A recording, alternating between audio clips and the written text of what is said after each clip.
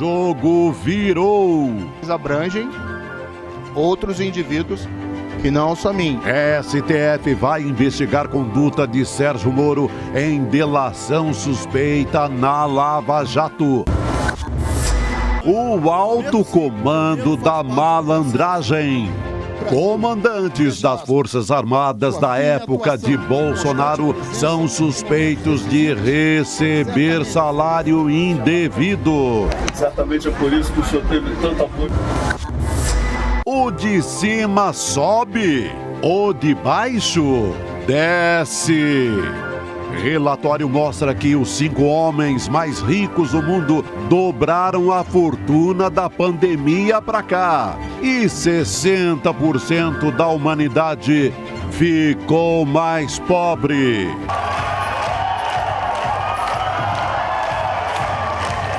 O ICL Notícias, segunda edição, está no ar.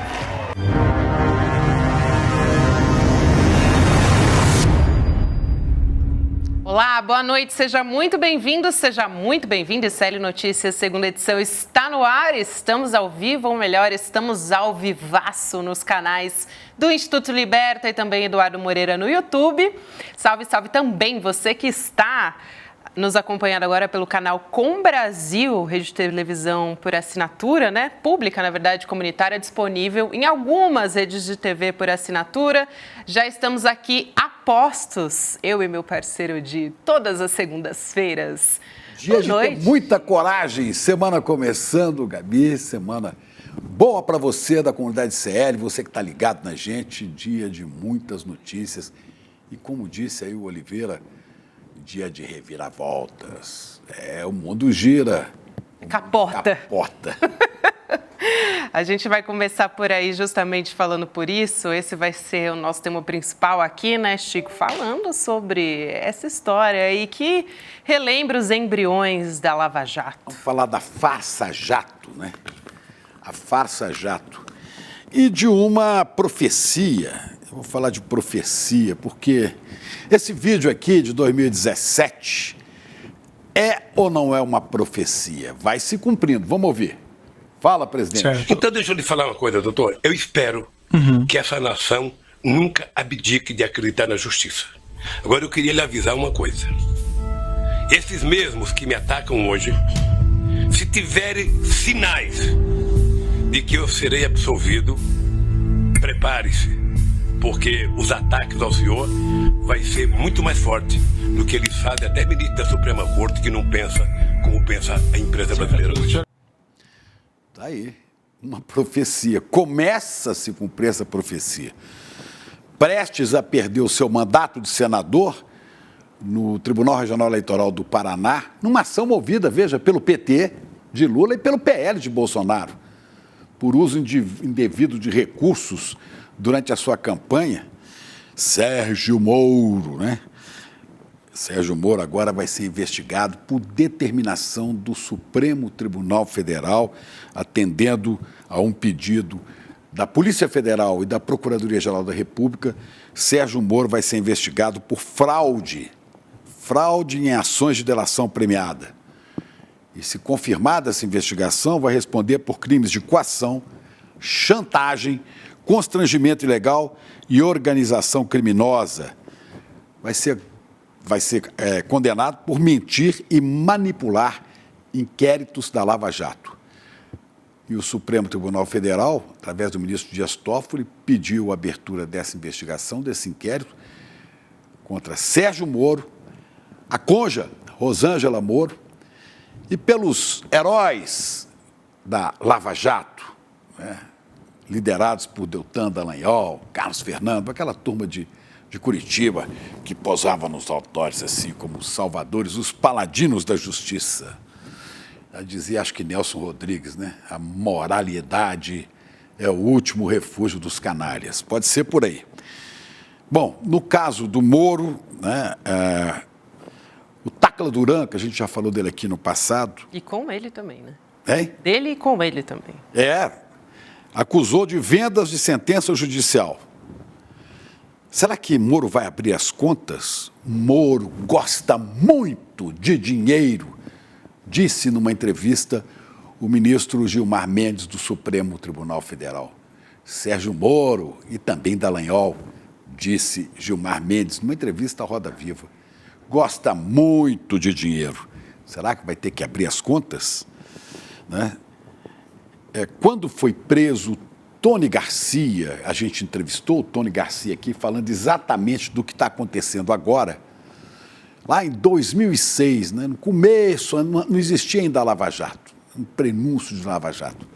O Moro deu a ele 30 tarefas, mandando o Tony Garcia grampear para chantagear o Superior Tribunal de Justiça, vários ministros do STJ, desembargadores, o presidente do Tribunal de Contas do Paraná. Tudo vinha para o bolso guardado de Sérgio Moro, segundo Tony Garcia. É o que a Procuradoria quer investigar, Polícia Federal, e que o Supremo autorizou. Né? E outra coisa que apareceu aqui é do Tony Garcia, né? É que ele foi, olha, ele diz aqui, né?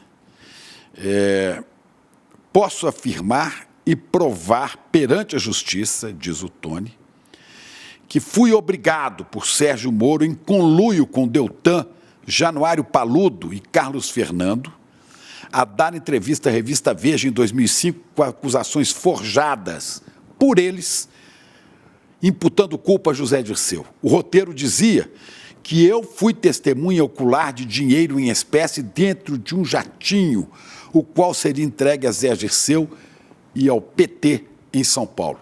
Caso eu me recusasse, seria preso e teria o acordo quebrado, o acordo que o mantinha solto.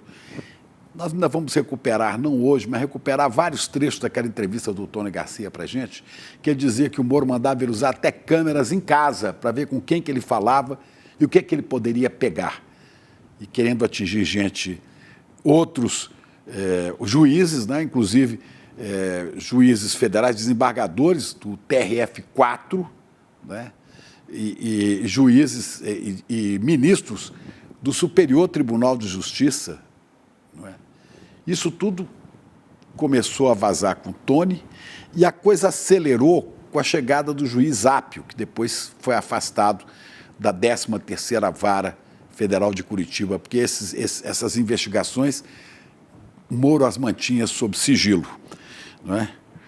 Diante da gravidade desse acontecimento histórico, diz ele, me sinto na obrigação de me colocar à disposição da defesa de José Dirceu, em me arrolar como testemunha, onde apresentarei provas do início da perseguição implacável de Moro, Deltan e o Ministério Público Federal contra o PT usando José Dirceu.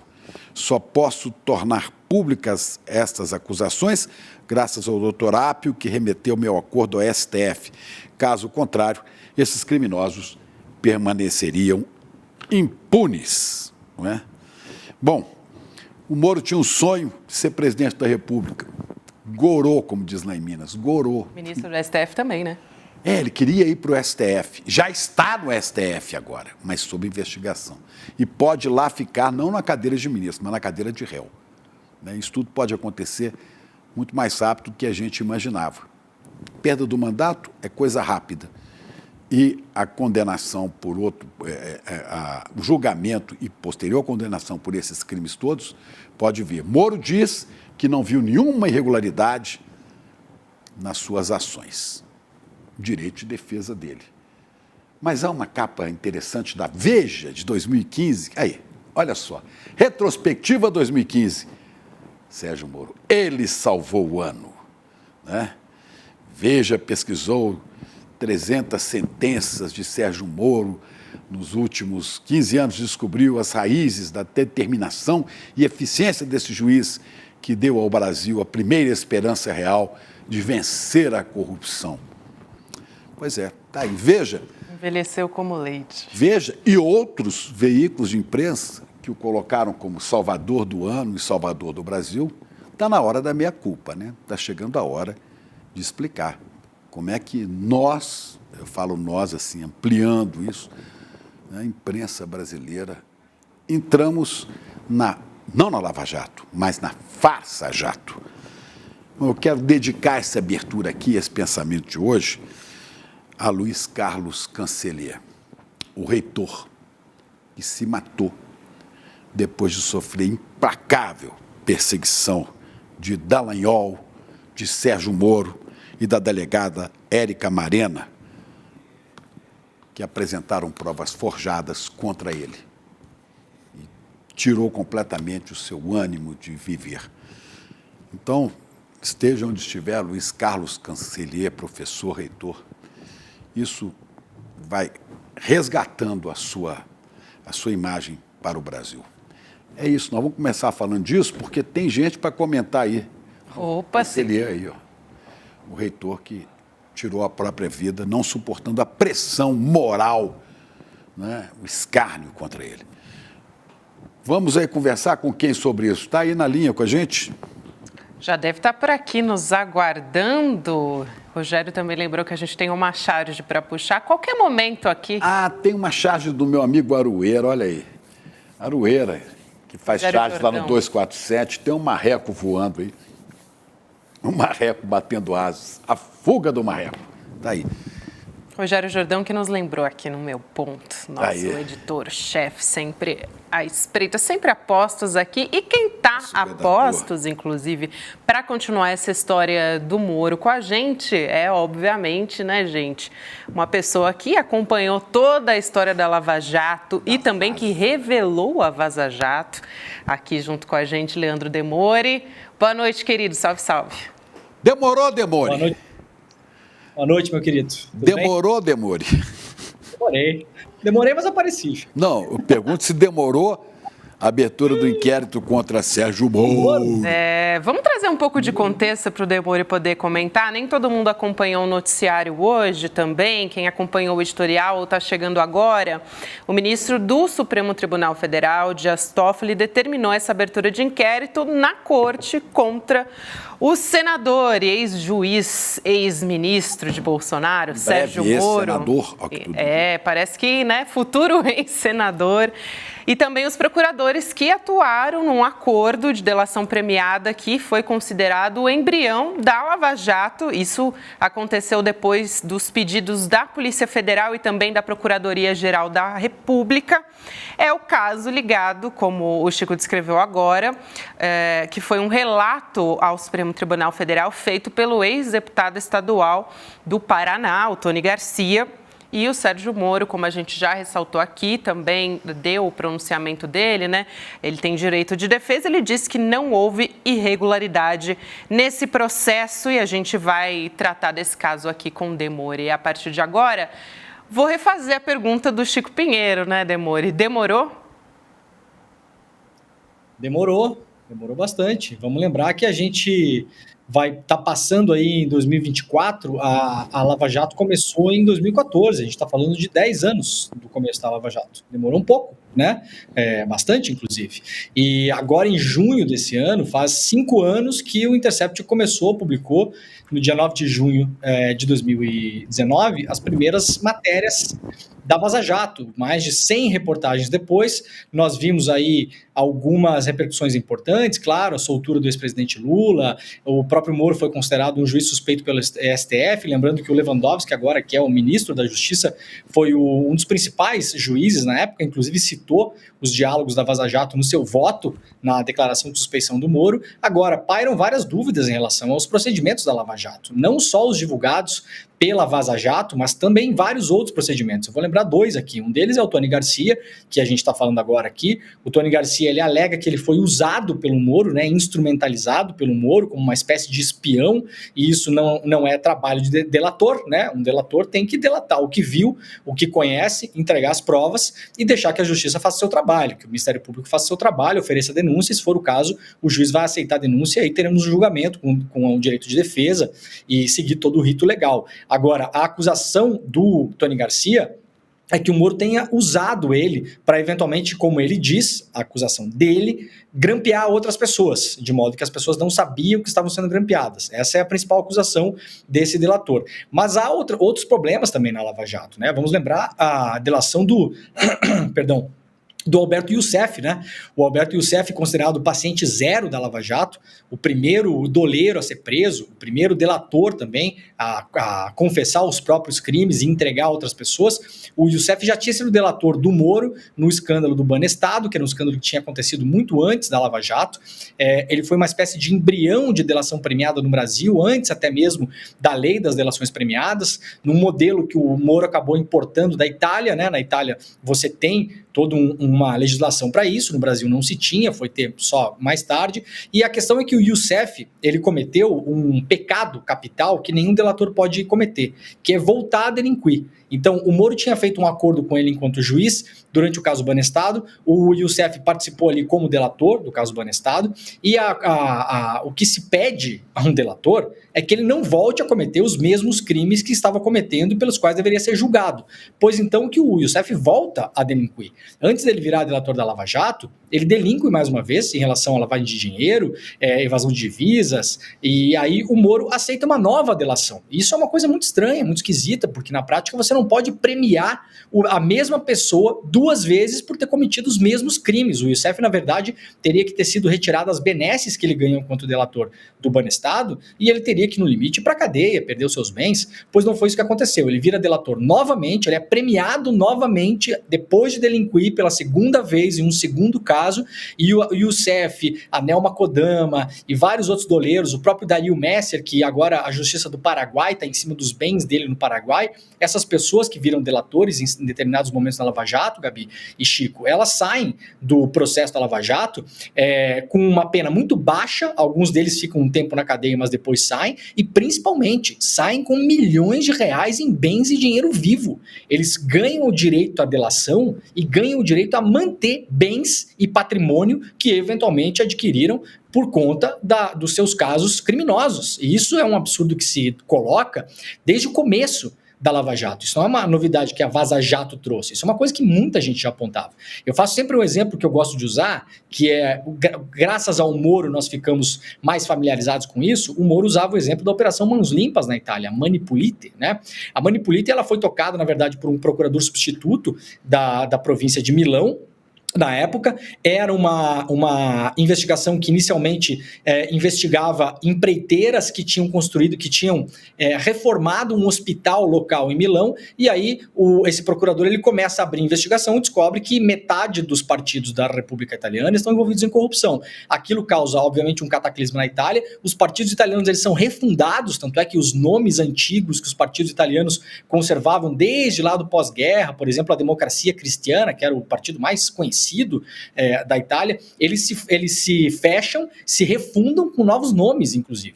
E o Moro traz essa ideia para o Brasil. Acontece que a diferença é que os delatores lá não tiveram os benefícios todos que o Moro deu aqui no Brasil. Um outro delator famoso que o Moro gostava muito de usar era o Tommaso Buscetta. O Moro gostava muito de confundir a Operação Mãos Limpas com as operações em cima da máfia italiana Cosa Nostra na Itália, porque o Moro gostava de se comparar ao juiz Giovanni Falcone, que acabou sendo assassinado pela máfia, aí no começo dos anos 90, se não me engano, em 1992, 4 meses depois, o grande amigo dele, parceiro de trabalho, também o juiz Paulo Borsellino, também é assassinado.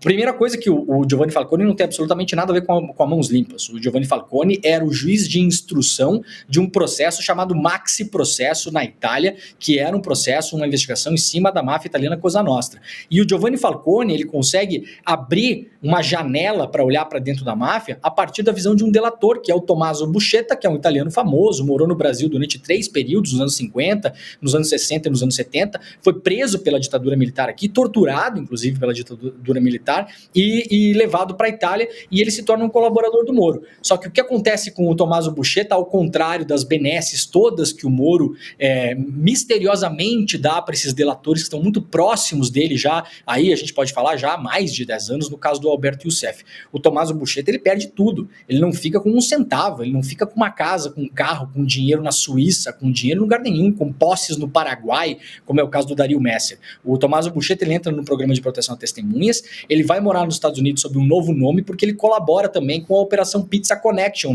nos Estados Unidos, que era liderada pelo então juiz, que depois viria a ser o advogado do Donald Trump, o Rudolph Giuliani, ex-prefeito de Nova York também.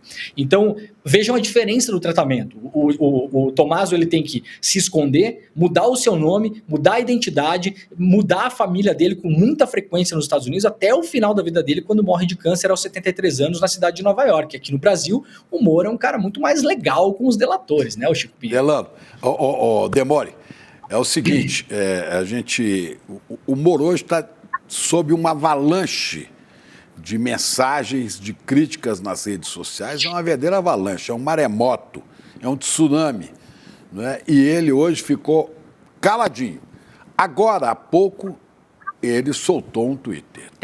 Estava muito quieto. O que ele está dizendo? Tem uma mensagem dele nas redes sociais dizendo: não temo qualquer investigação, pois sempre agi com correção e com base na lei para combater o crime, mas lamento a abertura de inquérito sobre fatos de quase 20 anos atrás e ao qual minha defesa não teve acesso, com base nas fantasias confusas de um criminoso condenado e sem elementos que a suportem.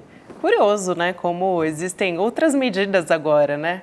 Pois é, e há mais de 20 anos, porque isso o Demore pode relembrar para a gente, o Moro já tem suspeitas que vêm lá da Operação Banestado, que a gente nem sabe bem o que é, muita gente não sabe. Se você puder falar rapidamente sobre Banestado e como é que o Moro estava implicado nisso, né?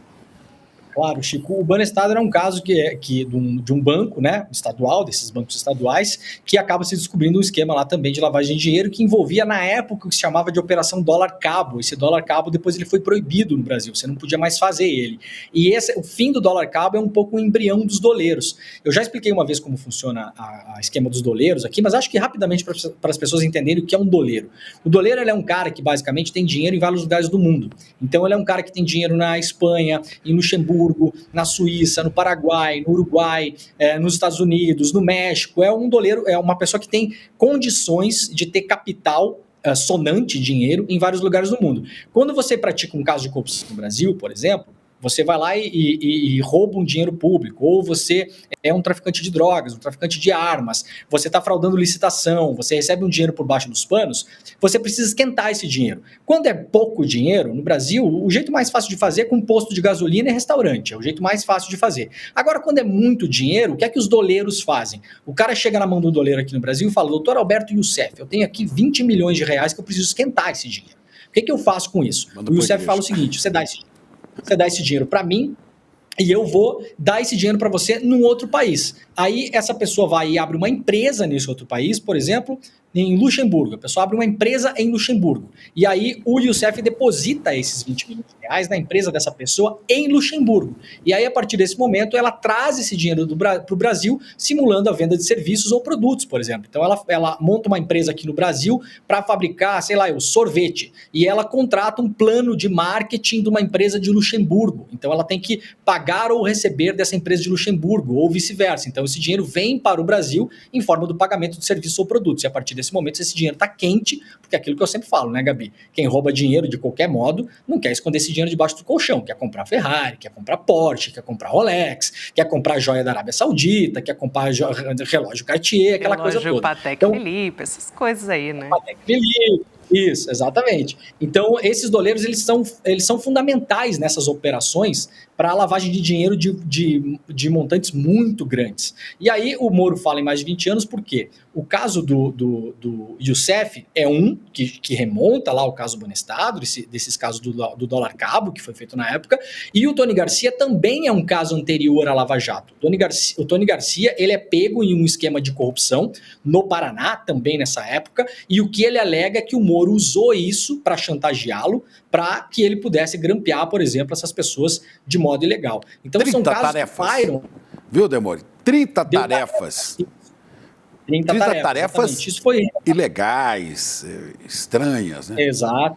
Isso, estranhas, exatamente. Isso foi revelado pelo blog da Daniela Lima, mas vamos fazer justiça aqui também. Uma parte dessas revelações veio através do site Brasil 247, no ano passado, publicado uma entrevista lá com o Tony Garcia. Nós sempre dissemos aqui, né, Chico, e eu acho que é importante a gente manter essa posição. Ninguém aqui está falando que o Sérgio Moro praticou essas coisas. O que nós estamos falando e que finalmente agora vai acontecer é que o Sérgio Moro, como todo ser humano, seja investigado. Há acusações graves em relação a ele. Há uma outra acusação do Tacla Duran. Então vejam só, Tony Garcia falando uma coisa, o Youssef com outros problemas, grampo na cela do Youssef, grampo ilegal na cela do Youssef foi descoberto, isso foi publicado, já é líquido certo, não é mais uma ideia. A cela do Youssef foi grampeada para que se pudesse pegar as conversas que o Youssef tinha lá com o seu advogado. E sem dizer que Sérgio Moro vazou a conversa da ex-presidenta Dilma, né, com o presidente Lula naquela época, Exato. Não é? Do Messias, Exatamente. lembra do Messias? Isso é uma coisa Exatamente. vazada por Sérgio Moro. Como às vésperas da eleição, soltou uma suposta delação de Palocci, como agora vai ser julgado pelo Tribunal Regional Eleitoral, né, por irregularidades na grana da campanha, porque ele se meteu ao candidato a presidente por um partido, depois mudou de partido e foi candidato a senador, e aí foi juntando dinheiro e, como candidato a senador, gastou muito mais do que podia, né? Tem novidade dessa história, Exato. inclusive, viu, Chico? Tem novidade dessa história e o Demori vai falar sobre isso também, porque é mais uma encrenca, na verdade, né? Está correndo contra ele esse processo de cassação no TRE do Paraná, que o Chico comentou agora, e tem na internet uma foto, caso que foi revelado agora pela imprensa também, da desembargadora, a Cláudia Cristofani, que vai participar desse julgamento justamente com o próprio senador Moro. Olha aí a foto. Para quem está nos acompanhando só por áudio, vale agora dar aquela olhada na tela, porque isso está provocou especulações sobre a possibilidade de alguns dos partidos que querem a cassação do Moro pedir a suspeição dela no julgamento que está para acontecer, inclusive nas próximas semanas, logo, logo. E se a Cristofani não puder votar nessas ações que estão atingindo o ex-juiz Sérgio Moro, o TRE no Paraná, então, vai ter que convocar um substituto, que é o desembargador João Pedro Gebran Neto, do Tribunal Regional Federal da 4ª Região, o TRF4. Só que o Gebran Neto e Sérgio Moro são amigos há mais de 20 anos, né, Demori? Esse é outro amigo do Moro. Ele participou da banca de mestrado do Moro. Tem uma relação própria, muito próxima do Moro. Banca de mestrado do Moro? Isso. Mas o Moro conseguiu fazer mestrado. Em que Sim, língua? Isso existe. Em que língua? Não sei, isso existe. Eu até fiquei, enquanto a Gabi estava lendo o tweet dele aí, eu fiquei vendo se não tinha nenhum erro de português. Acho que ele passou para alguém corrigir, porque nesse não tinha, viu, Sérgio? Parabéns, conseguiu. Agora, Mi não errou. Falar, Gabi. Mi não errou. Mi não errou. Exato. Eu acabei de falar, Gabi, com o Luiz Pessinin, que é advogado do PT, do Partido dos Trabalhadores, que está muito envolvido no processo do Moro lá no Tribunal Eleitoral do Paraná. E ele me explicou, que era uma dúvida que a gente tinha aqui na produção, se essa desembargadora será a única a votar e se ela pode livrar a cara do Moro. Não é assim que vai funcionar. São 7 desembargadores. Os 7 votarão, na verdade, como é um colegiado, geralmente os 6 votam e, se precisar, um 7º vota para desempatar. Ela, o máximo que ela pode fazer é dar um voto favorável ao Moro ou fazer um pedido de vistas. Isso é possível. No entanto, o que me disse o Luiz Pessinin é que a expectativa de todo mundo que está envolvido nesse caso é que não haja pedido de vistas, que o caso, a hora que ele abrir para a decisão e para a votação, a decisão vai se dar até o final com todos os votos e teremos, enfim, uma decisão em relação a isso no Paraná. Então, a margem de manobra que, eventualmente, uma juíza próxima do Moro possa ter para influenciar é dar um voto, que pode ser um voto vencido, porque lembramos que são 7 desembargadores, né? Ela pode ser vencida no voto, ou, no limite, ela pode fazer um pedido de vistas para prolongar a agonia e sofrimento do Sérgio Moro e para prolongar também a nossa alegria aqui, né, Gabi? Pois é, e a gente vai acompanhando essa história com muita curiosidade também, né, porque vão surgindo vários desdobramentos, Demori. Agora, vamos falar de militares por aqui também. É lógico que o Sérgio Moro vai voltar a ser pauta, é uma das nossas notícias mais importantes aqui ao longo do programa, mas tem uma também bem importante, falando de outra encrenca, porque a gente começou essa segunda-feira só falando de encrenca, né, Chico? 2 altos comandantes militares no governo Bolsonaro, o general Marco Antônio Freire Gomes e também o almirante Almir Garnier. Você lembra dele? A gente vai te relembrar. Eles receberam de forma indevida um salário extra do governo durante 6 meses. Essa denúncia é do jornal O Estado de São Paulo. Demori também acompanhou de perto essa história, né, Demori? Qual que é a gravidade desse caso que está sendo apurado agora? Olha, para as pessoas entenderem, é muito simples. Os doutores aí, militares, primeira coisa, esse Almir Garnier é o comandante da Marinha durante o governo Bolsonaro até o final de 2022, que, segundo reportagem do Financial Times, publicado no ano passado, foi o cara que, ao ser indagado em uma reunião com todos os comandantes militares, a qual estava presente, inclusive, o tenente-coronel Mauro Cid, braço direito do Bolsonaro, ao serem indagados ali se topariam ou não uma aventura golpista nos moldes daquela tal minuta golpista encontrada com o secretário de Segurança. O Anderson Torres. Isso. Segundo essa reportagem, essas declarações, o Almir Garnier foi o cara que falou sim, vamos embora, Bolsonaro. O que o senhor quiser fazer, a gente vai fazer. Tem que impedir a posse do Lula, vamos impedir a posse do Lula. A minha tropa está pronta para aderir a um chamamento do presidente. Teriam sido as palavras dele. Exatamente. Lembrando que foi da Marinha, aqueles tanques, que no dia da votação do voto impresso, em Brasília, quando o Bolsonaro recebe um convite das Forças Armadas para um evento, com aqueles tanques fumacentos lá em Brasília, na Esplanada, são tanques da Marinha. Eu passo frequentemente por esses tanques aí, Chico, lá no Lago Sul, quando eu estou em Brasília, eu me hospedo num flatzinho lá, e toda vez que eu passo justamente pelos tanques fumacentos lá, que estão estacionados lá num local da Marinha, que tem campo de futebol, na beira do lago, aquela coisa bonita que militar gosta, né?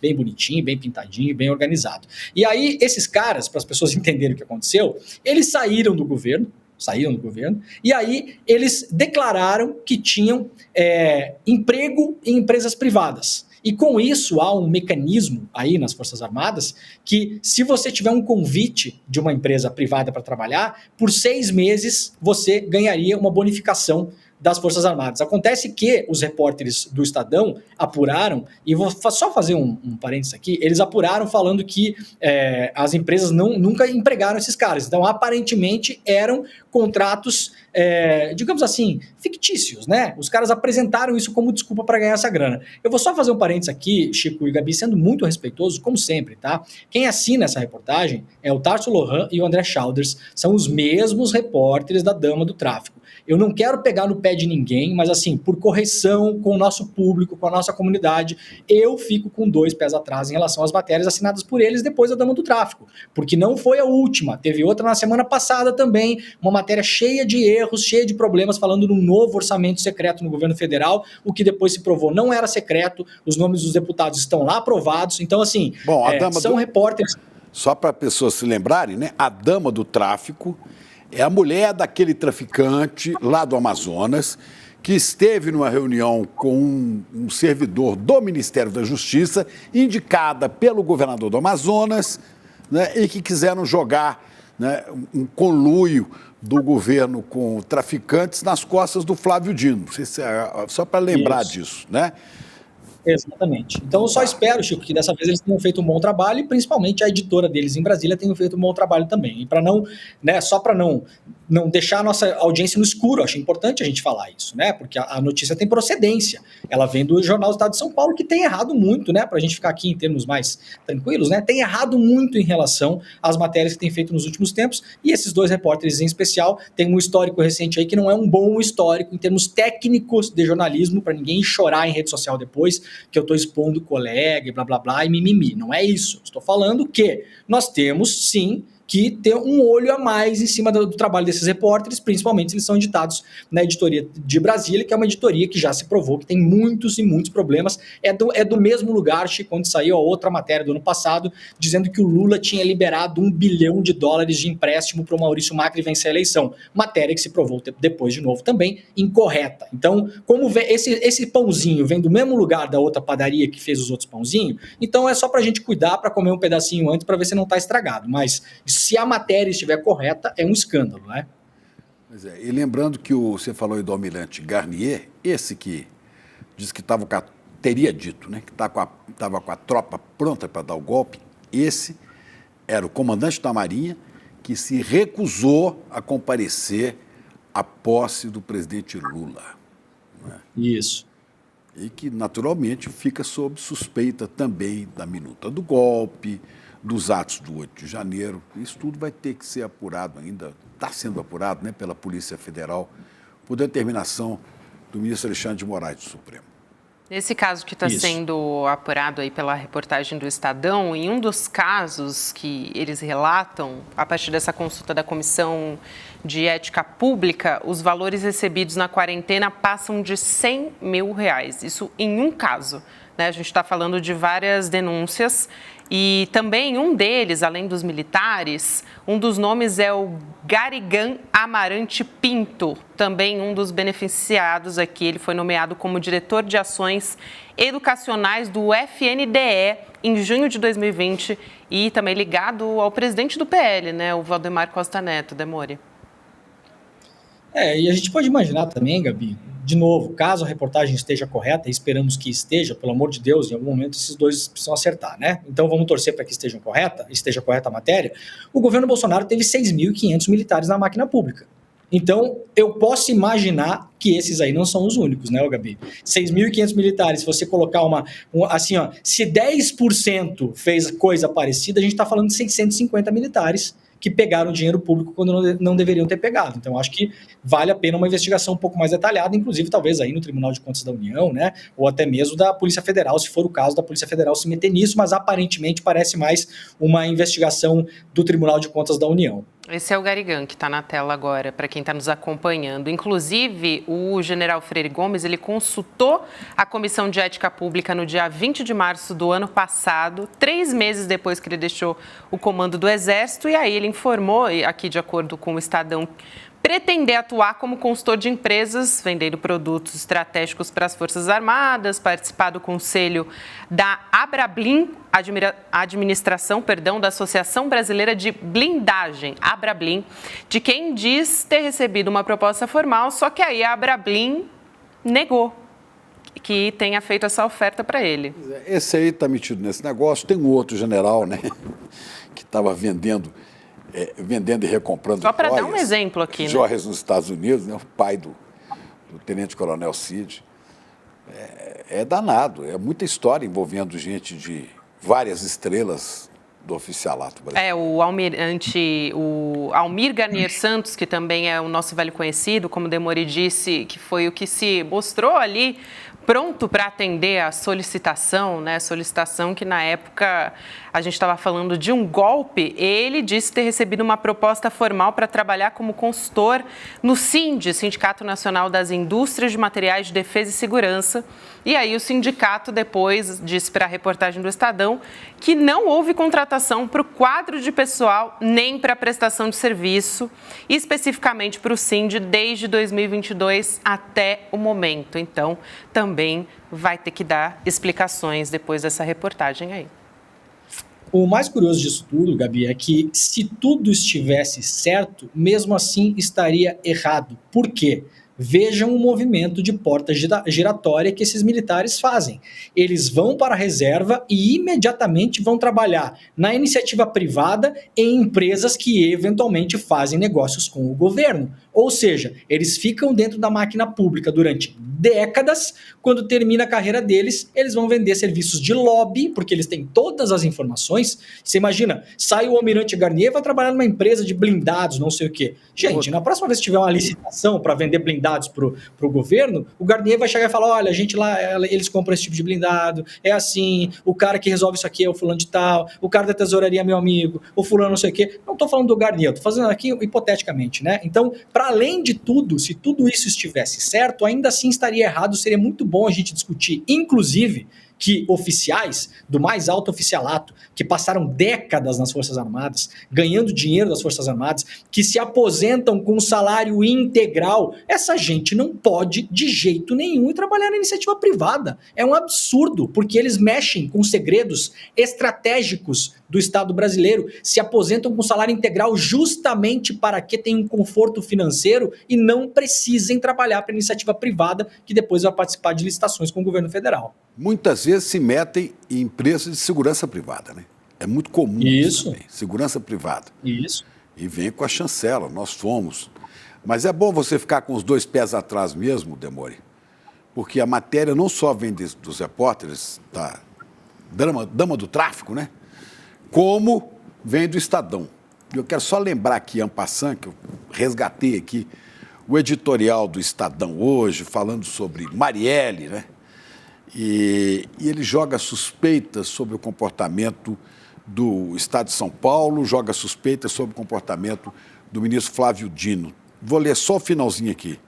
Seria ingênuo, infelizmente, esperar que o novo ministro da Justiça, Ricardo Lewandowski, por suas sólidas relações com o lulopetismo, atue de modo muito diferente do seu antecessor. No entanto, roga-se, ao menos, que Lewandowski faça o seu perfil mais discreto, um padrão na sua pasta, e que isso se traduza numa chefia da Polícia Federal menos verbosa e menos militante, já terá sido um avanço. Quer dizer, o Estadão, quando a Polícia Federal atua para investigar esses abusos todos que a gente está falando deles aqui, todos, né? Isso incomoda o Estadão, ou a quem manda no Estadão, ou a quem bota a grana para fazer funcionar o Estadão. Então, tudo que vem do Estadão, velho, é bom você botar mesmo os 2 pés, as 2 mãos para trás, a cabeça, e opa, cuidado aí. É isso aí. O Estadão passa por um processo rápido de gazetificação do Paraná, né? Está cada vez mais parecido com a Gazeta do Povo lá do Paraná. Ou com a Jovem Pan. Ou com a Jovem Pan, né? De jovem panização. Isso é uma coisa a olhos vistos. E Chico, eu não sei se você ou a Gabi lembram, mas eu vou falar da minha memória aqui, tá? Eu sou jornalista desde 1996. O Chico um pouquinho antes disso, começou em 94, e a Gabi começou bem depois. 70, meu amigo, 70. Aí, não, Chico, não precisa entregar, Chico, não precisa entregar, deixa assim. E aí, Chico, eu não lembro de outro momento da história do tempo em que eu sou jornalista em que a Polícia Federal é mais célere e calada do que esse primeiro ano do governo Lula. Os caras estão calados, o diretor da Polícia Federal quase não dá entrevista, não tem aquelas coisas espetaculosas com release para a imprensa, chamando todo mundo com PowerPoint, com não sei o quê. Eu não sei de que mundo paralelo esses jornalistas do Estadão vivem, né, os editorialistas no caso agora, mas claramente é uma pegação de pé com o governo do PT e principalmente com o Flávio Dino, que eles odiavam, e para o deleite da população brasileira, Flávio Dino está no STF, Chico. Pois é. E Lewandowski vai cumprir o seu papel no Supremo, não para agrado do Estadão, né, Demore? Mas vai. Vai assumir em breve e a gente vai continuar acompanhando. Demore, vou me despedir de você até amanhã, querido, porque Chico Sá vem aí conversar com a gente agora. Um beijo, até amanhã. Beijo pra vocês, eu vou deixar um beijo antecipado aqui pro Chico Sá, tô com saudades dele também. Beijo. A gente também. A gente também. Olha ele aí. Opa, beijo Demore, beijo Gabi, beijo Chico, beijo audiência. Meu querido, boa noite para você. A gente vai continuar falando, a gente estava aqui falando de ex-militares do governo Bolsonaro, né? A gente vai falar no caso agora do próprio, né? Do ex-presidente Jair Bolsonaro, que nesse final de semana deu uma estocada no presidente do partido dele, o Valdemar Costa Neto, presidente do PL. Isso porque, numa entrevista, o Valdemar, ele elogiou o presidente Lula. Olha só o que ele disse. A gente tem o vídeo aqui separado. Chega a ser nenhum elogio, hein, Gabi? Mas, vamos ver o que ele falou. O Lula é um camarada do povo. O Lula é completamente diferente. O Lula é completamente diferente do Bolsonaro. Completamente diferente. E é um fenômeno também, porque chegar onde ele chegou. O Lula foi bem no governo também. E elegeu a Dilma depois, ué. Agora, é completamente diferente o Lula não tem comparação com o Bolsonaro. Completamente diferente. Em que sentido? Primeiro, que o Lula tem muito prestígio. O Lula tem prestígio, popularidade. Ele é conhecido por todos brasileiros. O Bolsonaro não. O Bolsonaro tem um mandato só. Essa entrevista foi no dia 15 de dezembro para o podcast O Diário. E aí o Bolsonaro respondeu. Vamos ver o que ele falou. Fogo no parquinho! Fogo no parquinho! Mas a política, né? Eu acho que o PL vai vir forte e isso vai fazer diferença lá em 2026? Tudo na vida puxa um pouquinho para a vida familiar de cada um de nós, né? Problemas tem. essa semana tinha um problema sério, não vou falar com quem. Não, se continuar assim, você vai implodir o partido. Pessoa do partido dando declaração absurda. Eu vi. Como o Lula é extremamente popular. Tá, manda ele tomar um 51 ali na esquina ali. Não vem, né? Gente. Olha, o Bolsonaro só dá, consegue sobreviver e existir porque tem um Lula para ele falar, porque não tem nada para dizer esse cara, nada. Chico, você matou a charada, senão ele não existe. Agora, ele não vai implodir coisa alguma, ele recebe deste senhor, das mãos do Valdemar Costa Neto, para quem não sabe, é o presidente do PL, é o senhor que deu emprego a Michele e ao Bolsonaro. Eles recebem do nosso dinheiro, do dinheiro público, juntando com ajuda para moradia, com regalia, etc. O casal recebe mais de R$100 mil por mês, do fundo partidário, dinheiro nosso. Então, fez isso aí, gravou esse videozinho para agradar a essa pequena audiência que estava com ele aí, nesse alpendre aí. Mas, olha, vai ficar tudo como está, não vai abrir mão dessa renda familiar altíssima, que é dinheiro nosso, repito, é dinheiro público. O Valdemar só tira do cofre público, do fundo partidário, e repassa para as mãos do Jair Bolsonaro, que é empregado do PL, e da Michele Bolsonaro. Então, não vai implodir nada, é só aquele arroubo de sempre, aquele arroubo bolsonarista que a gente está acostumado desde o cercadinho lá de Brasília, daquelas entrevistas. Ele faz esse desabafo aí para dar uma satisfação ao público dele, né? Mas na hora H vai continuar no ar-condicionado do Valdemar, vivendo com o Valdemar, porque ele ama o Valdemar. O Valdemar pega dinheiro público e dá na mão dele todo mês. É isso que o Bolsonaro quer, desde que começou como vereador no Rio de Janeiro. Bolsonaro só quer isso, ele quer ali uma mata aqui, outra acolá, e vai tocando a vida dele. Besta de quem o segue. Meu Deus, gente. Inclusive, tem um momento ali do podcast, né, Chico, que ele está conversando, o Valdemar Costa Neto, ali com o entrevistador, e parece que ele está chocado, né, com a resposta do Valdemar Costa Neto. Se você parar na cara dele, ele está assim... Mas o que você está falando? Que isso? Sério isso que eu estou ouvindo? Mas o Valdemar elogiava os atenção dois. Ali. O Valdemar elogiou os 2 primeiros mandatos do Lula, disse que foi um grande presidente, né? Só falta agora cantar. O Valdemar é nosso, diga lá. Diga lá, Chico. Agora Chico e Gabi, o entrevistador, que é o diário da região, é dali da área geográfica eleitoral do Valdemar, da região de Mogi das Cruzes, né? Ele conhece bem o Valdemar, sabe que o Valdemar faz jogo para todo lado. O Valdemar estava dentro do governo Lula.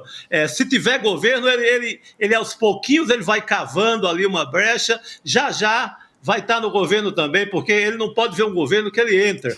Mas, no cenário atual, ele é supostamente o líder do maior partido de oposição do país, né? Realmente, o senhor que eu entrevistava tem motivo para ficar espantado. Pô, tudo bem que você pense assim, mas dizer assim na cara, isso talvez possa deixar o Bolsonaro chateado. Ficou chateado, vai. O Bolsonaro vai fazer esse teatro, esse pequeno teatro, e o Valdemar vai dar aquele abraço. O Valdemar é aquele politicão à moda antiga, dá aquele abraço, aí fala que essa mídia, Bolsonaro, adultera tudo, e vai seguir. Escute o que eu estou dizendo.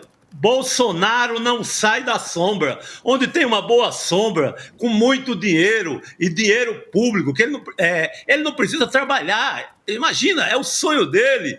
Assim ele passou todos os mandatos dele na Câmara. Ele não gosta de pegar no pesado. Ele nunca deu um dia de serviço para ninguém. Então, ele vai lá. Você acha, Chico, Gabi, que ele vai largar essa mamata do PL? Para voltar. Pois é. Ele fez um ali, esperneou, né, para mostrar que não gostei e tal. Vai seguir no PL, na sombra, recebendo a grana dele e vai-se embora. Pois é, aí fica falando, não, vai tomar uns 51 lá com ele, né? Falou pro Valdemar, né? Vai tomar uma cachaça com Lula. Né? Com aquela... ele é que faz média.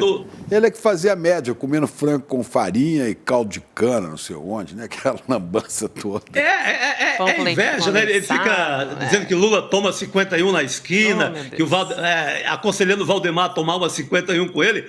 É inveja, porque Lula é podre de chique hoje, vive em conferências internacionais, é um dos políticos com maior prestígio no mundo, e ele fica tentando rebaixar Lula a essa condição de bebedor de pinga, sabe? Com aquele velho folclore ainda da eleição de 89. Nossa, isso é antigo, isso tinha algum sentido na eleição de 89, Bolsonaro. Você está muito atrasado, meu filho. E é como se... Você pode beber uísque, champanhe, vinho, mas pinga não. Isso é um baita de um preconceito contra a pinga. A pinga e o povo, né? E o povo. Agora, na hora que preconceito social, agora, na hora que quer se aproximar do povo, faz cena, né? Comendo pizza em pé no meio da rua em Nova York, ou né, tomando caldo de cana e comendo farofa de frango e pastel. Quer dizer, é tudo... Deixa pra lá. É tudo política, né, gente? Vamos combinar. É tudo política. Agora, ô Chico... É tudo política. Pode fazer sua consideração aí, querido, mas eu queria falar de um assunto muito sério agora. A gente até trouxe aqui também no ICL Notícias Primeira Edição, Demore também falou a respeito disso no Desperta. A Oxfam trouxe um relatório mostrando que o mundo está ainda mais desigual. Você está vendo aí a chamada do nosso site, serienoticias.com.br. Esse é um relatório chamado Desigualdades SA. Tem dados, assim, assustadores. A fortuna dos 5 bilionários mais ricos do mundo, mais do que dobrou de 2020 para cá, né? Enquanto 5 bilhões de pessoas empobreceram, ou seja, 60% da humanidade ficando mais pobre. É lógico, né, que eu estou falando com você. Nós ficamos mais pobres, né? Só um parênteses, né? A Oxfam foi fundada há quase 80 anos, há 81 anos, na Oxônia, no Reino Unido, né? Tem sede hoje em Nairobi, no Quênia, e a Oxfam Internacional é uma confederação de 19 organizações e mais de 3 mil parceiros. A Oxfam atua em mais de 90 países, buscando soluções para o problema da pobreza, da desigualdade e da injustiça. Então, a Oxfam é isso, só para quem não sabe. Ela vive fazendo esse tipo de pesquisa. Excelente. A Oxfam é uma entidade, né? E ela traz sempre esses dados. Exatamente. É muito importante que a gente traga essa consideração aqui para a gente saber de quem a gente está falando. Agora, olha só, a gente está falando aqui da riqueza combinada do Elon Musk, o Bernard Arnault, Jeff Bezos, tem também outros nomes talvez menos conhecidos, mas o Jeff Bezos, você também sabe quem é, o Elon Musk também, Larry Ellison e também o Mark Zuckerberg, você sabe, né? O Zuckerberg é o dono do Facebook, os 5 homens mais ricos do mundo. Aumentou essa riqueza combinada em 464, então vamos lá de novo, né? Só porque eu dei uma engasgada aqui, 464 bilhões de dólares, ou 114% desde 2020.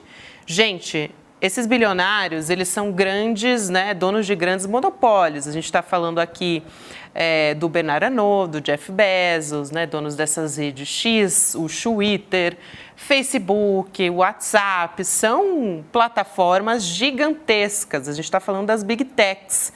E a gente tem também um perfil especialmente dos homens monopolistas.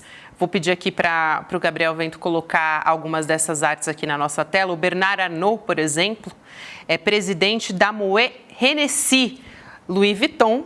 Arnault possui um patrimônio líquido de 191,3 bilhões de dólares. É o segundo homem mais rico do mundo. E ele detém 22% do mercado mundial de produtos de luxo. É disso que a gente está falando. Porque quando a gente fala de números grandes, às vezes a gente não tem a dimensão do que a gente está falando. Mas quando a gente compara com os mais pobres, fica mais fácil de ver o quanto a gente está ferrado, para não falar nada pior aqui, em comparação com esses caras, né? Com esses homens brancos. Coincidência só, viu, gente? Isso daí é coincidência. O Jeff Bezos, dono da Amazon. Bezos possui um patrimônio líquido de 167,4 bilhões de dólares, sendo a maior fornecedora, a Amazon, mundial de serviços de computação.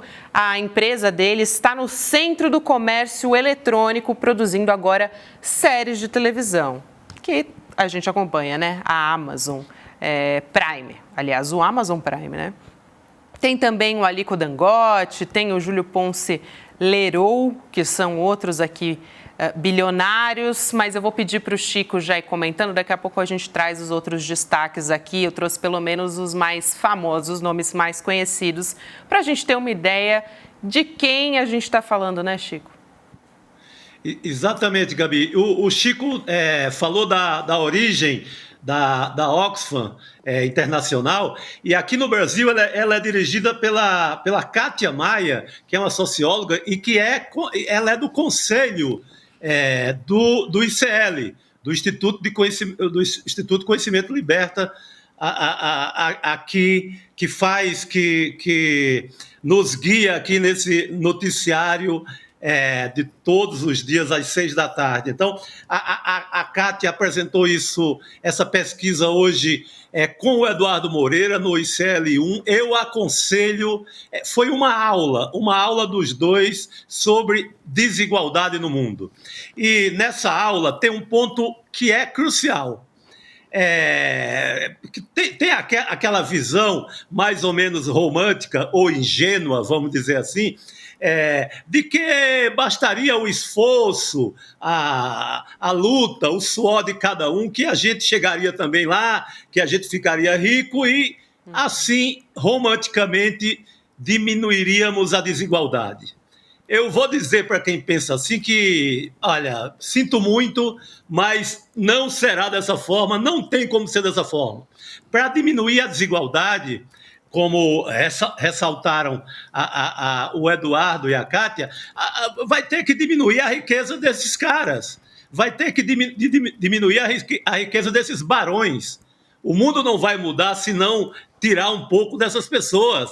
A conta não fecha, não vai ter mundo, o mundo acaba. O mundo que já está pegando fogo, ele acaba. Se todos nós fôssemos produzir uma riqueza ao ponto de diminuir a desigualdade no mundo sem ter que tirar desses caras, desses barões, desses donos do mundo. Então, aquela velha visão romântica, basta você trabalhar, os ricos dão emprego, os milionários dão emprego, temos que defendê-los, que é uma visão que é muito em voga no Brasil, né? Os mais pobres acabam defendendo muito os milionários, na vã ilusão de que o mundo pode ser mais igualitário, porque cada um desses milionários vai dar 1 milhão de emprego para todo mundo. Primeiro que no mundo tecnológico de hoje, no mundo do Jeff Bezos, não cabe tanto empregado assim na Amazon, não cabe tanto empregado assim no Twitter do Elon Musk, sabe? Ou da Tesla. Então, essa conta não fecha. Vamos acabar com essa ilusão.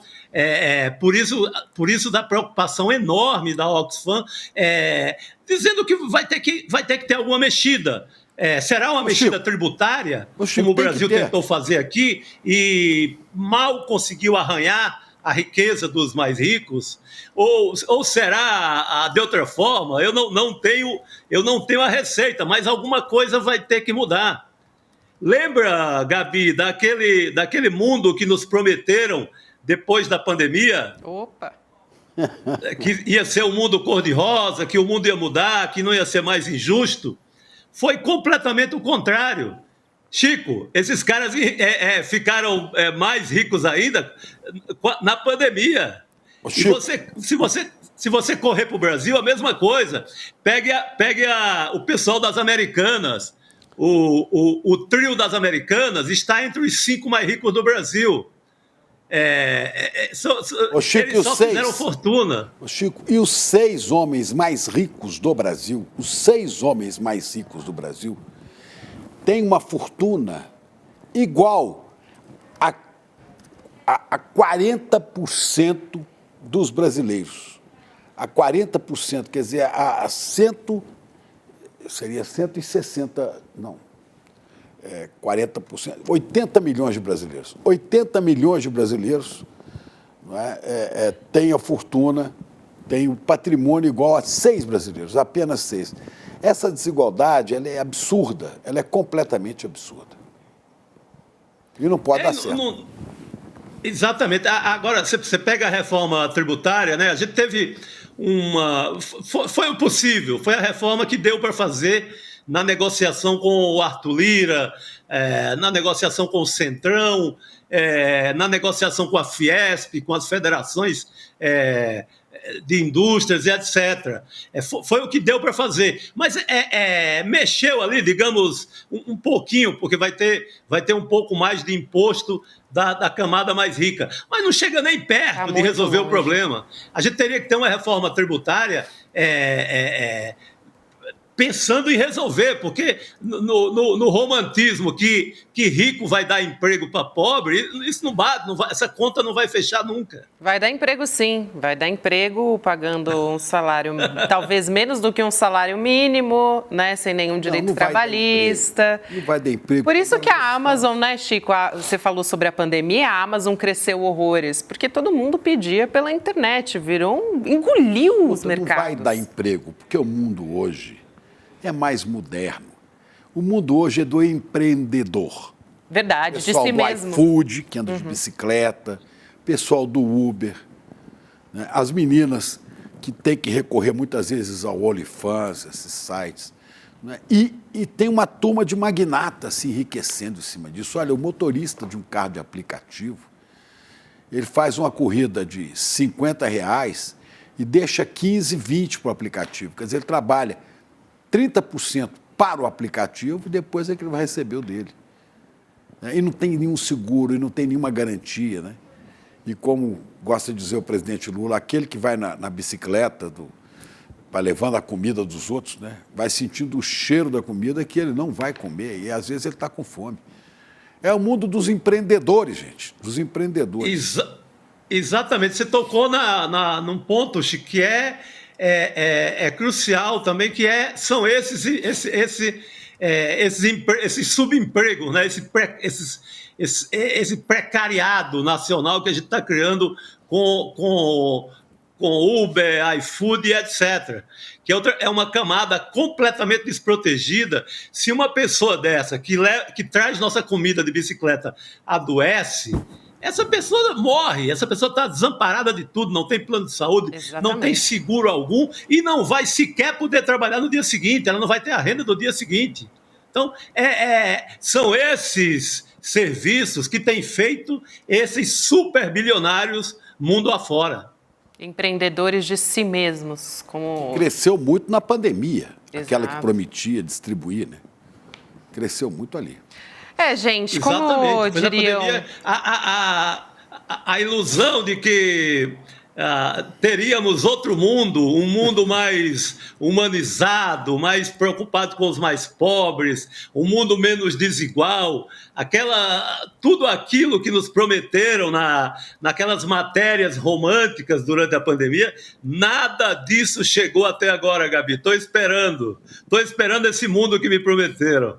Chico, as meninas, a gente estava falando aqui das meninas, eu lembro das meninas que lá na década de 90 já, assim, fizeram também uma profecia que o de cima sobe e o de baixo desce, não é à toa que veio aqui na nossa abertura, né? Porque elas estavam certas. Vamos seguir com os nossos assuntos por aqui?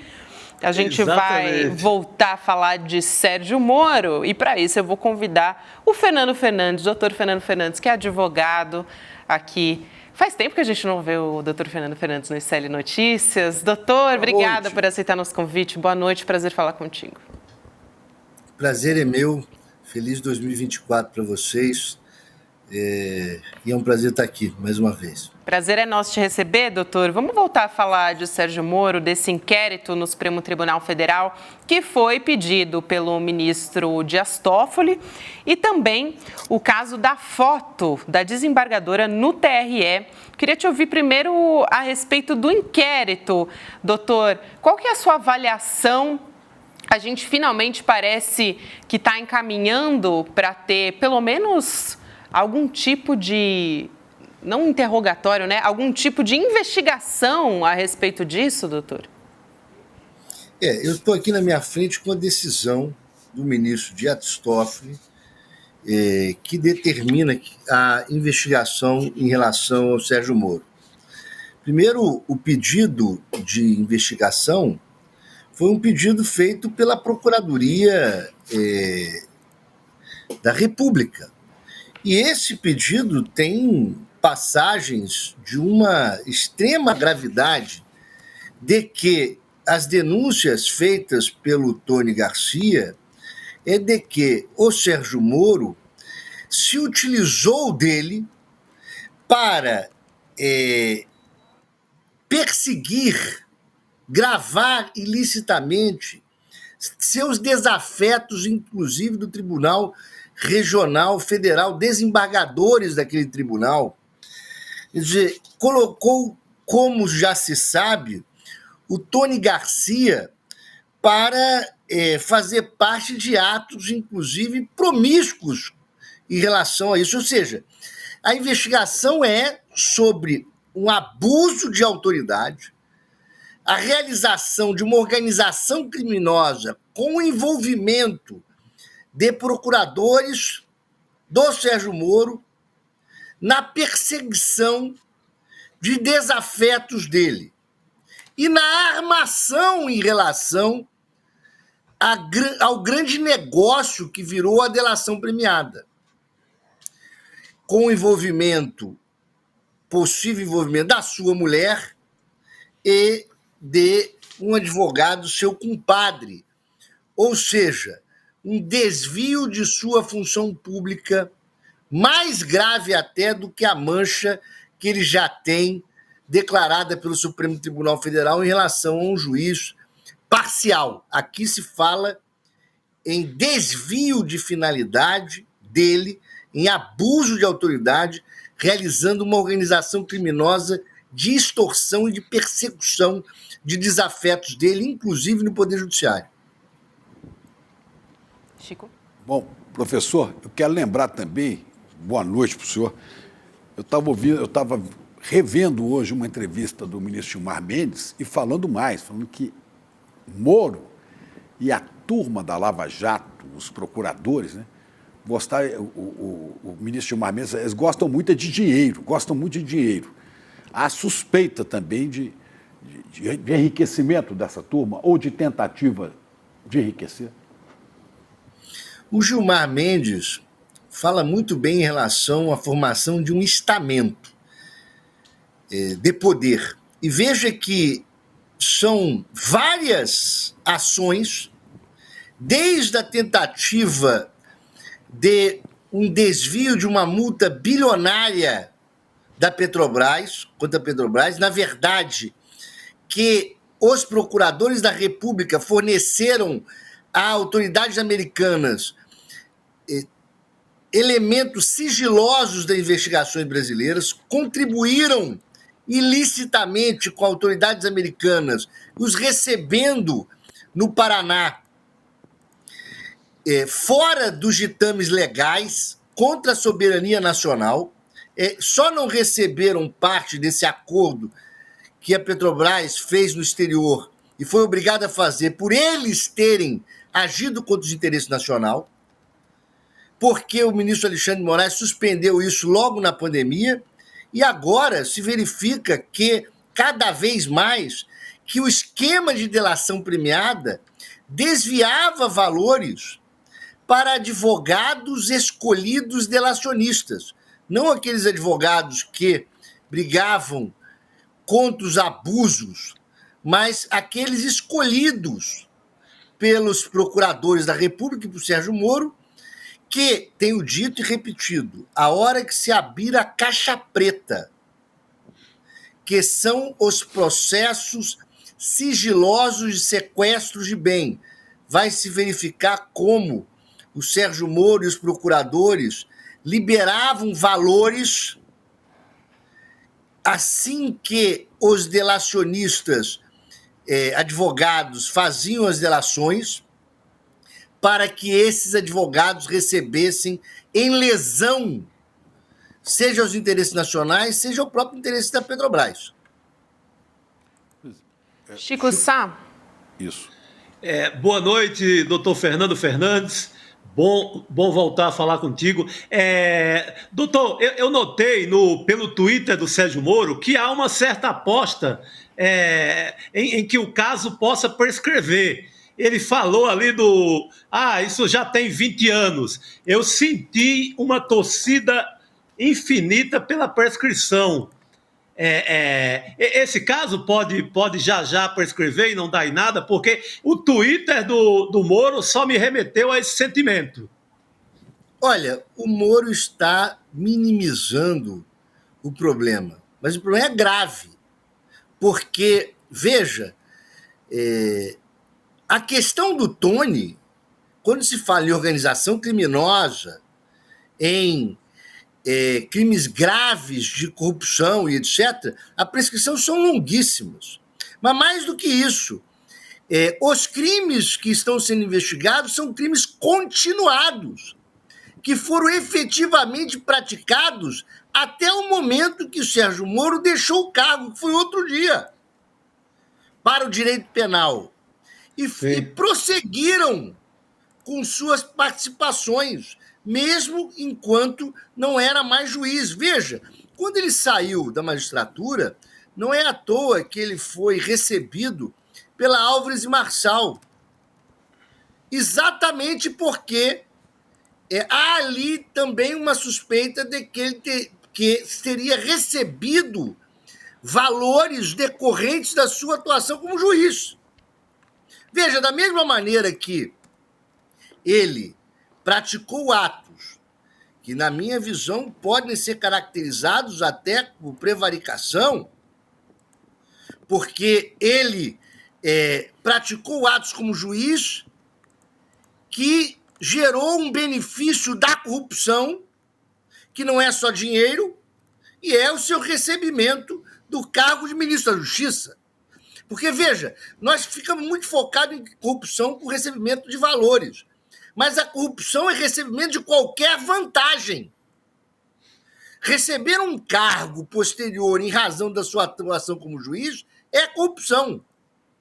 E me pergunto, e ser beneficiado com um cargo no qual ele recebeu valores de uma empresa que passou a prestar serviços nas recuperações judiciais das empresas que ele perseguiu? Ora, isso claramente é uma vantagem ilícita. Acho que o Sérgio Moro deve ser investigado profundamente. E a prescrição desses delitos que merecem ser investigados estão muito longe ainda. E a investigação abrange também os procuradores da Lava Jato, lá de Curitiba, e também a deputada Rosângela Moro, né? Que também está dentro desse pedido de investigação do STF. Investigada como coautora pelo despacho do ministro Toffoli. Pois é, ela que quer ser candidata a prefeita, né? Diz que tem pretensões de ser candidata a prefeita de Curitiba. Tá aí. Estamos diante de casos graves e, na verdade, vamos lembrar que as ações realizadas pelo senhor Sérgio Moro geraram uma desestruturação da democracia brasileira. Não fosse as suas ações, que já foram denunciadas pelo Supremo Tribunal Federal, de persecução de pessoas, de, vamos dizer, fajuntamente liberação de delações premiadas forjadas no meio de um processo eleitoral, o abuso de autoridade do sequestro do ex-presidente Lula, cujo processo foi inteiramente anulado, nós não teríamos o dia 8 de janeiro, porque não teríamos chegado ao problema eleitoral realizado por ele, que foi a eleição do Bolsonaro. Só foi eleito porque ele, Sérgio Moro, sequestrou um candidato. A história brasileira, neste momento, é impressionante. Como, em que pese tudo que o Sérgio Moro fez, com esta organização criminosa, porque é assim que há o deferimento da investigação do Toffoli, como uma organização criminosa, nós não teríamos tido a estruturação da extrema-direita que realizou o dia 8 de janeiro.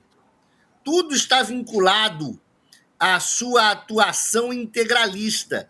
Veja, é uma opinião jurídica e política.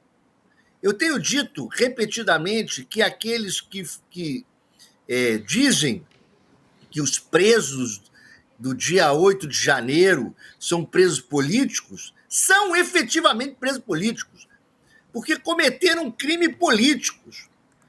Os crimes contra a democracia são crimes políticos, e a Constituição prevê crimes políticos. Por isso, quando analisamos esses atos jurídicos, é preciso dar os contornos políticos relevantes e necessários. E o Sérgio Moro desviou da sua função para persecução. Além do que o ministro aqui fala em relação aos seus desafetos embargadores, desviou da sua função para perseguir políticos. Assim ele prendeu e sequestrou o Lula. Não fosse isso, o resultado da história do país teria sido outro. Só uma observação, né? Se ela realmente tem a intenção de ser candidata à Prefeitura de Curitiba, ela perderia o mandato de deputada eleita por São Paulo, né? Ela não poderia transferir só o título para o Paraná, porque aí você quebra o pacto federativo. Então, ela teria que dar um jeito de resolver essa situação. Primeiro, você tem que resolver onde eles moram, né? Exatamente. Vocês moram em São Paulo, vocês moram em Curitiba, vocês moram em Brasília. E uma observação, é porque é o seguinte, é porque eles transferiram fajutamente os seus títulos para São Paulo, nunca lá moravam, e por isso, exatamente por isso, o Sérgio Moro não pôde ser candidato de São Paulo. Acontece é que não houve impugnação da candidatura dela em tempo hábil. Portanto, a eleição dela para São Paulo decorreu de uma fraude. Doutor Fernando, a essa altura, manter o mandato de senador para o Moro é fundamental, né? Ele, seu mandato, ele está muito mais frágil e o efeito desse processo é muito mais pesado, né? O mandato funciona como um baita escudo durante essa investigação, não? Olha, eu tenho dito que parece que o Supremo Tribunal Federal se encaminha lentamente a rever a sua posição sobre a questão do foro de prerrogativa. Veja, o Código de Processo Penal fez um dispositivo no qual o foro de prerrogativa permanece mesmo depois do cargo. O Supremo Tribunal Federal julgou esse artigo inconstitucional. Só que, da mesma maneira que o Supremo reviu a sua posição equivocada em relação à prisão de segunda instância, na verdade, em relação à presunção de inocência, e esta ida e vinda que gerou a injusta condenação do Lula, está o Supremo a se encaminhar, talvez, de uma revisão disso. Por exemplo, manter o foro de prerrogativa ao Bolsonaro não me parece o seu interesse, mas acho que ele deve ser mantido no Supremo Tribunal Federal. Os crimes cometidos por Bolsonaro na presidência da República deveriam ser julgados no Supremo Tribunal Federal. Aqui, essa decisão, em relação ao Sérgio Moro, veja que tem essa delicadeza. Os fatos foram cometidos antes, mas a Procuradoria da República fez o pedido de investigação ao ministro do Supremo Tribunal Federal. Então, na verdade, me parece que enquanto ele permanece no cargo, ele continua sob ataque do Supremo Tribunal Federal. E, na verdade, da mesma maneira com que o Supremo não declinou a competência dos crimes cometidos pelos golpistas, porque entendeu que há ainda pessoas com foro de prerrogativa sendo investigados, aqui, nesses crimes cometidos pelo Bolsonaro, pelo Sérgio Moro, pode ter pessoas que agiram em conjunto com ele e estavam no poder. Bom, veja, ele foi visitado, por exemplo, por um ministro, que foi nomeado ministro depois, durante a campanha eleitoral. Quem nos diz que não há uma investigação no Supremo Tribunal Federal, que ainda não sabemos, sobre envolvimento de outras pessoas? Esses fatos vazam algumas vezes à imprensa, mas são inúmeras investigações sobre os atos golpistas e sobre a Lava Jato que podem estar imbricadas. E tem outra que a gente está esquecendo. E tem outra, professor Fernando, que a gente está esquecendo. Há que se relembrar, por exemplo, algumas decisões do Tribunal Regional Federal da 4ª Região, aquele de Porto Alegre, algumas decisões e algumas coisas que não estão bem contadas ali. O caso da juíza Gabriela Hart, você se lembra? Que ficou no lugar do Moro e cujo pai foi apontado como suspeito, né, de vender segredos da Petrobras para uma empresa canadense. Nós falamos muito disso aqui no ICL. Quer dizer, há várias coisas ali ao redor de Curitiba, da justiça em Curitiba, que precisam ser investigadas. Não pode... Olha, Gabriela, veja, diga. Essa decisão do Toffoli, citando a Procuradoria da República, diz que havia uma pessoa que se apresentava constantemente ao Tony, que é quem relatou toda essa ação criminosa do Moro, e que se apresentava como membro da ABIN. Pode ser membro da ABIN ou não, mas até que ponto nós podemos ter aqui envolvimentos imbricados até de militares de alta patente nisso? Não sabemos. Veja, é início de investigação, mas até que ponto os atos golpistas não estão todos conectados? Seja os atos da Lava Jato, seja os atos do dia 8 de janeiro, eles estão de alguma maneira conectados, e por isso o Supremo Tribunal Federal está cuidando com muita calma disso. Pode ser que alguma hora decline a competência, mas acho que o Moro deve estar muito assustado, porque sabe dos crimes que cometeu e está minimizando essa situação. Mas o caminho para ele perder o mandato parece que está, vamos dizer, acimentado no Tribunal Regional lá do Paraná. E mesmo perdendo o mandato, não sabemos se o Supremo Tribunal Federal vai declinar ou não a competência. Respondendo à pergunta, pode, ao contrário, ser um grave problema. Acredito que as lesões que essas pessoas fizeram às instituições, as lesões que o Bolsonaro fez em atacar o Supremo Tribunal Federal e a democracia brasileira, cujo Moro fez parte, inclusive perseguindo não só desembargador do Tribunal Regional Federal, mas veja, há uma passagem muito importante no voto do Gilmar Mendes, que o Gilmar conta que o Moro teria levado um servidor para investigar ministros, tentar chantagear ministros como o próprio Toffoli. Portanto, é o seguinte, o judiciário dará o troco, e não é revanchismo. Quer dizer o seguinte, a rede que eles tinham montado para ficar imunes às investigações caiu. E essas ilegalidades virão à tona. É isso, doutor Fernando Fernandes. Muito obrigada. É sempre um prazer ouvir o senhor por aqui. Um abraço e até a próxima. Um abraço a vocês. Boa noite. Boa noite, querido. Chico Sá continua com a gente. Tem uma cena muito importante, Chico Sá, que está circulando aqui nas redes sociais. E é um exemplo desse ódio visceral, né, que as pessoas têm da esquerda e também da Marielle, né, como um símbolo da luta contra as milícias e contra a violência no Rio de Janeiro.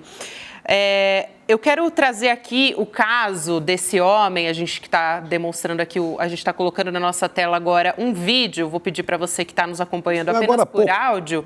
Exatamente, esse vídeo é um homem que ele entra num bar e ele simplesmente resolve destruir a placa da vereadora Marielle.